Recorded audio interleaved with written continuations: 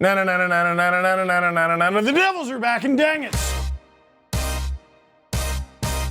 Hey everybody, welcome to another edition of Steve's Dangets. My name is Steve Dangle, and Steve's Dangets are where we look at the worst of, sort of, from the past week in the NHL. It's not enough to say the worst of, it's just things that make you say dang it, man. Like, for example, getting creamed by a goalie. Here's John Gibson on Kevin Rooney, who I think I called like Kevin Rodney last year. Remember that? Something like that. At least I didn't screw up his position, and I've never done that. Not once. Anyway, show it. Usually garners a cheer from the faithful at Honda Center. Gibson out to plant in a collision that Gibson takes exception to, and now his teammates will do the taking exception for him. I don't believe there was a penalty call coming up here. This went out. Gibson plays the puck. You know what? He's looking at it from that angle. John Gibson also contributed to the contact a little bit, I would say. And then he finishes the contact. Yeah. And the only penalty will go on John Gibson. You know what?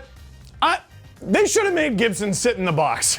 He ends up getting 2 minutes for interference, but like, what is this? Okay, this is the clear interference. I totally get that. What is this? What is this? Listen, I get if you're frustrated, John Gibson. You're one of the best goalies in the NHL, and you routinely play on, well, the Ducks. It's not fair. Life's not fair. You should be beating this team. It's the Devils. Devils fans, like, come on, man. We're on the receiving end of this one. You know what I mean. You know what I mean. Here's what you do. You go on your phone and you look up the NHL standings. And if for whatever reason you can't do that, you go on Google Maps and you find me the lie. Have I used that one before? Do it. It's not a terrible joke. It's good. No, I hate seeing this from goalies, though. It's one thing if it's a goalie sticking up for themselves. They always get run. I get that. But dude, you're this untouchable person. The whole team, guys will jump off the bench to defend you. Meanwhile, you're wearing 30 pounds of pads. Ooh, so tough. Like, look at this. He didn't even do anything, and guys are attacking Rooney. How dare you get mauled by your goalie? We're gonna maul you too now. Everybody hates Kevin Rooney. Well, actually, maybe the universe hates John Gibson because this happened this past week too. Connor gets it in. He got the big contract late in training camp. Ducks turn it over, and Wheeler has a layup. You know what? I just don't like to see goaltenders hesitate behind the net. It allows the opposition to get on top of not only you. Oh, what's with the death stare there, John? These guys stick up for you. Oh, trying to make all these slick passes, throwing body checks. Someone tell this guy what position he plays. That's a dang it. Our next dang it also involves a goalie getting tough, and I'm conflicted about it. Here's Carey Price and Brady Tkachuk. Tkachuk with a shot. It's off a stick well over the glass. And out of play, and now Tkachuk and Price get involved. Carey Price and Brady Tkachuk in the middle of all this here. Kulak came in, so did Sherratt. It started with Ben Sherratt. Ben Sherratt gave Tkachuk a good whack after, and then Tkachuk turned back into Sherratt. I'm not sure why Carey Price got involved. I don't know if Tkachuk hit him on the way through, or maybe it's something that was just boiling over from earlier stuff. We see Brendan Gallagher at one end. Well, Brady Tkachuk is just a bigger Brendan Gallagher, and he loves to get in front of the goalies and drive them crazy. Okay. As long as there's no Habs or Sens fans listening, anyone else, if you cheer for anybody else, that's awesome. We need more hatred between that. I feel like that rivalry is never as hot as it needs to be. You live down the street, practically. I know geography. I want the Sens and Habs to hate each other. But this one is great. So Brady Tkachuk, he's hit in front of the net by a Habs defender. I get that. Brady Tkachuk's annoying. Look at his face. He's one of those guys where, like, yes, he acts annoyingly, but look at his face. His face is invitation enough. No, I'm not saying he's ugly. He's got that face. You know the face. So while he's being handled, all of a sudden, Carey Price, again, biggest guy on the ice, he's wearing all the pads. He's got to be third man in. And I have previously stuck up for Carey Price Price in these situations. Listen, he's getting ran all the time. I'm sure Carey Price has a Chris Kreider voodoo doll somewhere in his house. This guy gets taken advantage of way too often, and he's not taking it anymore. He's always shoving guys in front of the net, giving them hacks to the leg, and blockering them directly in the brain. Did Kreider get injured? That's right, he did. The voodoo doll, I told you. The Drew doll. Well, nope. So I get why Carey Price is a little on edge. This one, you're not involved. And then he gets involved. And then Brady Tkachuk, this is legendary move. This is how you know Brady Tkachuk is going to be one of the best rats around the NHL over the past decade. The goalie touches you, green light. He abandons any and all fights that he had going on at the time for this one. Grab him, punch him. He's the other team's biggest star. He's arguably the best goalie in the league. He's definitely the highest paid goalie in the league. And he's Carey Price. If you have the green light to punch him, you punch him. Does Bobrovsky make more money than him? No, I don't. He shouldn't. He shouldn't make close. We shouldn't be having this conversation. Dale Town, hell of a drug. That's so stupid. And then, just like I was saying, the whole team's got to jump in on Brady Tkachuk. Why?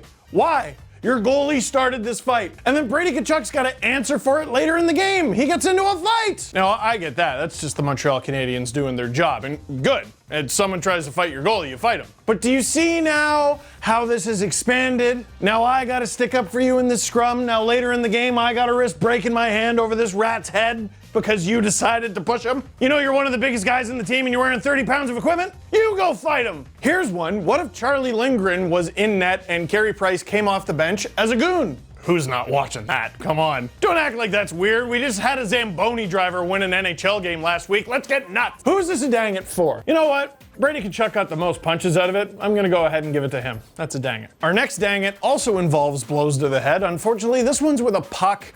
Oof, Chris Tanev. The puck to Thomas Chabot. Drop feed. Brown, wrist shot, blocked. Oh, and the follow through. It's either the puck or the follow through that came up. And Chris Tanev is down immediately, clutching his face. I think it came off his stick. The puck came right up and caught him. And you see Chris Tanev's being helped off the ice. John Sanderson comes out, puts some pressure on it.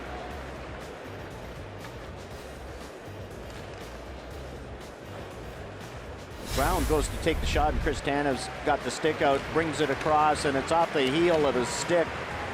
And right up, he turned his head. Oh, that's the nightmare. You're just throwing your stick out. You're trying to be helpful. You're trying to be productive, and it rides right up it like a roller coaster, except there is no drop. The drop is your face. The drop is the blood, I guess. Chris Tanev immediately, it's never good when you see the gloves immediately come off and he heads right off. And if you're Connor Brown, you gotta be like, oh, geez, man, I didn't mean to do that. I'm sure Chris Tanev has faced worse in his NHL career. That doesn't make this not a dang it. For our next dang it, we're always so willing to just jump after every goalie who makes a giveaway that leads to a goal. What about the D in front of him? What about both D in front of him? What about both D like 150 feet away? Here's Brad Hunt and Greg Patterin forgetting how to hockey. 2 goals, 8 points for Coffey that night. Gretzky had a couple 8-point games. Here's a break. Mantha all alone. Scores! In just his 38th game. Boy, a strange play right off the face-off.